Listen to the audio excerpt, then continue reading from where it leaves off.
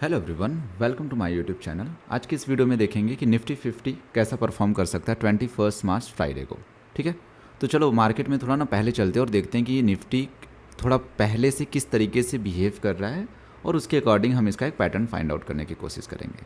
अगर मैं थोड़ा पास्ट में जाऊँ तो ये वाला देखो, ये वाला 5 फरवरी के आसपास जो निफ्टी का हाई था वो अप्रॉक्सीमेटली 23,800 के आसपास था निफ्टी। ठीक है, उसके बाद निफ्टी 23,800 के आसपास से करते करते 22,000 के आसपास से आया और 22,000 से सपोर्ट लेके वापस 23,150 के आसपास से भी थोड़ा सा और पहले चलते हैं।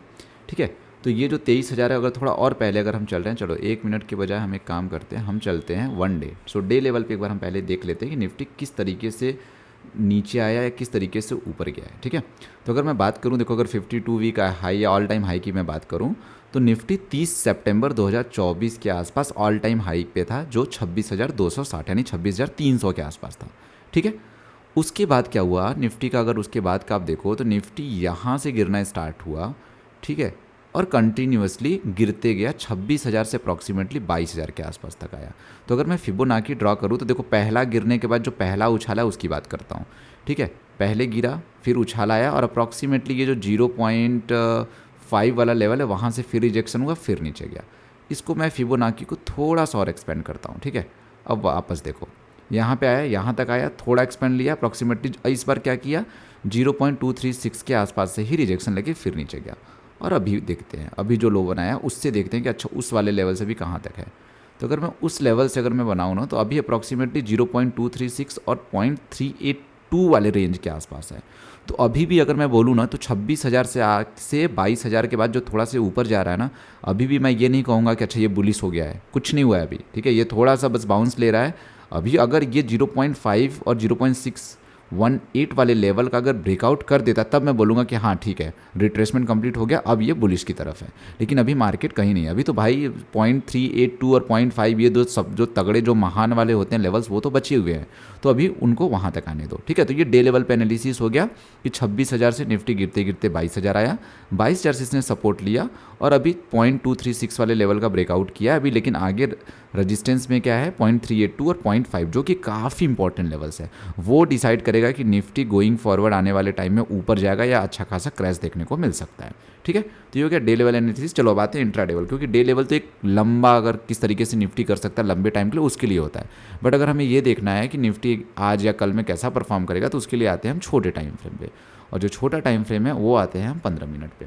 ठीक है, तो अगर मैं मार्केट की बात करूँ तो देखो, मार्केट यहाँ से सपोर्ट लिया और सपोर्ट लेके बहुत ही तगड़े तरीके से ऊपर जा रहा है। मतलब ये देखो, ये EMA 21 है शायद, हाँ EMA 21 है, इसको एक बार टच भी नहीं कर रहा है। मतलब यहाँ पे एक बार टच किया, आज मार्केट गैप अप ओपन हुआ और टच भी नहीं किया और लगातार ऊपर जा रहा है। तो इतना ज़्यादा बुलिश मोमेंटम शॉर्ट टर्म में निफ्टी शो कर रहा है। ठीक है, तो अगर मैं मार्केट की बात करूँ कि आप क्या कल किस तरीके से अपने ट्रेड को प्लान कर सकते हो। ठीक है,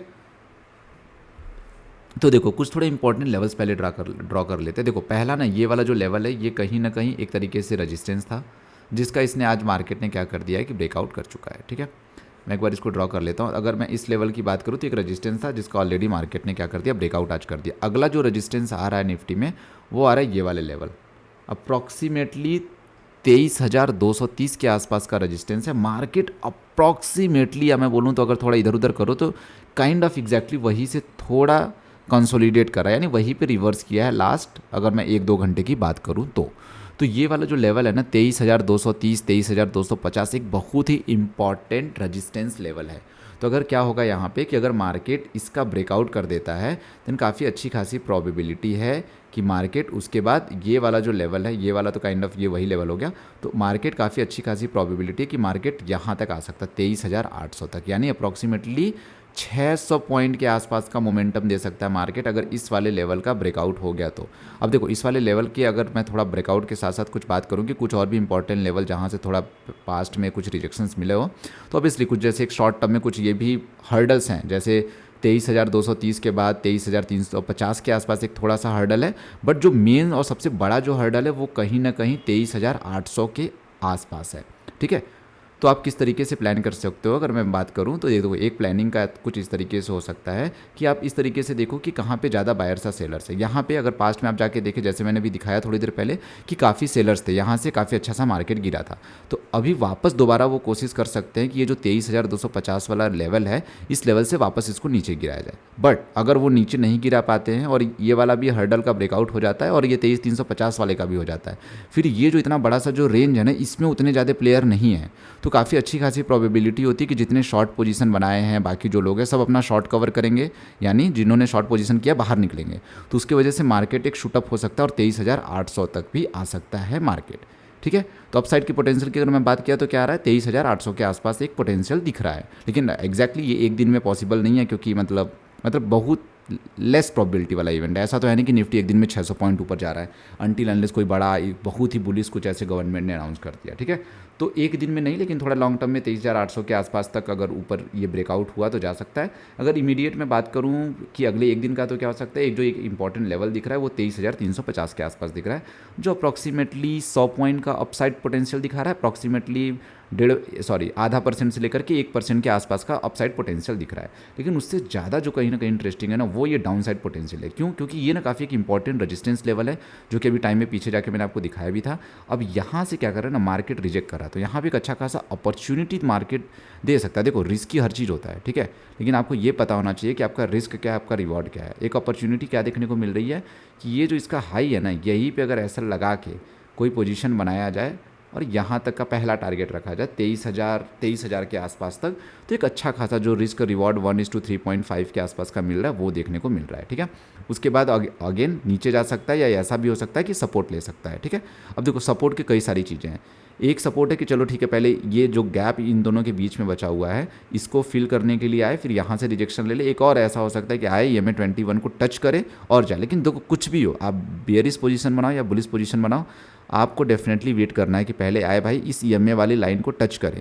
आज पूरे दिन मार्केट ने इस लाइन को टच ही नहीं किया है। ठीक है, तो हो सकता है कि अब लगातार ऊपर ही जाते जाए, वो अलग बात है। लेकिन पॉइंट इज़ कि एज ए ट्रेडर हमें अपना रिस्क और रिवॉर्ड पता होना चाहिए। तो उसको देखते हुए हम एक सही जगह पे पोजीशन बनाना काफ़ी इंपॉर्टेंट है। तो आप इस तरीके से देख सकते हो कि बियरिश पोजीशन का एक अच्छा खासा चांस मिल रहा है और एसएल आपका कम पड़ रहा है। और बुलिश में क्या है कि बुलिश में अगर इसका ब्रेकआउट होता है तो आप जो भी यहाँ पे जो स्विंग बने उसका एसएल बना के आप पहला टारगेट 23,350 के आसपास का रख सकते हो, और दूसरा टारगेट जो 23,800 के आसपास एक लंबा टारगेट है, आप उस तरीके से देख सकते हो। ओके, सो आई होप आपको आइडिया लग गया होगा कि निफ्टी 50 कल और आगे आने वाले टाइम में किस तरीके से परफॉर्म कर सकता है। ठीक है, सो आई होप आपको वीडियो अच्छा लगा होगा, और अगर आप इस चैनल पे पहली बार आए हो तो प्लीज़ लाइक और सब्सक्राइब करिए, क्योंकि आप मेरे एक्सपीरियंस से काफ़ी कुछ सीखोगे। मैं मार्केट में अप्रॉक्सीमेटली 4-5 साल से काम कर रहा हूँ, काफ़ी गलतियाँ किया मैंने, काफ़ी लॉस भी किया, but ultimately the point is कि जो भी मैंने गलतियाँ की वो सारी चीज़ें मैं आपके साथ शेयर करूँगा, सो दैट वो गलतियाँ आप ना करो। ओके, सो प्लीज़ चैनल को लाइक और सब्सक्राइब करिए। Thank you for watching this video.